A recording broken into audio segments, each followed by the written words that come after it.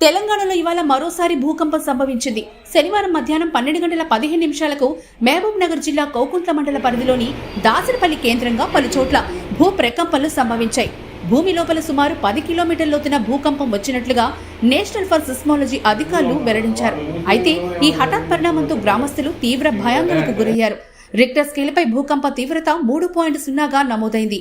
కాగా సరిగ్గా 3 రోజుల క్రితం రాష్ట్ర వ్యాప్తంగా పలు జిల్లాల్లో భూకంపం సంభవించింది.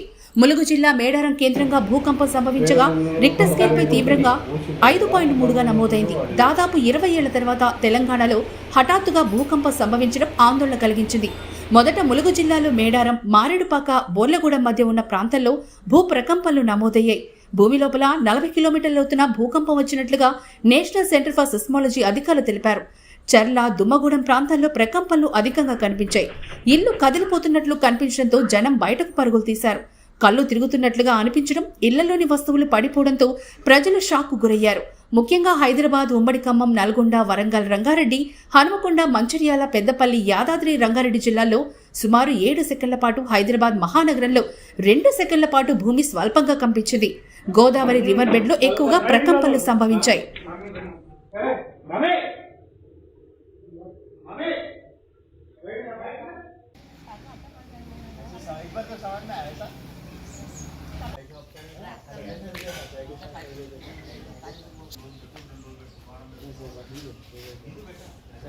पूरा हेलो ना कपड़े पहन कर आए ने कपड़े पहन कर तो समझ में नहीं आता तो क्या करते फ्रेंड भी आ गया अभी देखिए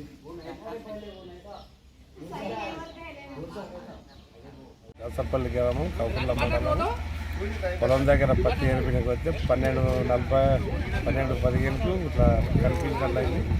అప్పుడు నేనేమనుకున్నా నాకు బీపీ పెరిగిందని అప్పుడు వాటర్ బాటిల్ నీళ్ళు తాగితే కూలీలు ఎందుకు ఇట్లా అవుతుంది అంటే ఏం లేదు బీపీ పెరిగినట్లుందంటే కొంచెంసేపటికి ఒక 15 మినిట్స్కు అప్పుడు ఊళ్ళకి వెళ్ళి కాల్ చేస్తున్నాను. నేను అప్పుడు అనుకున్నా భూకంపం వచ్చిందని.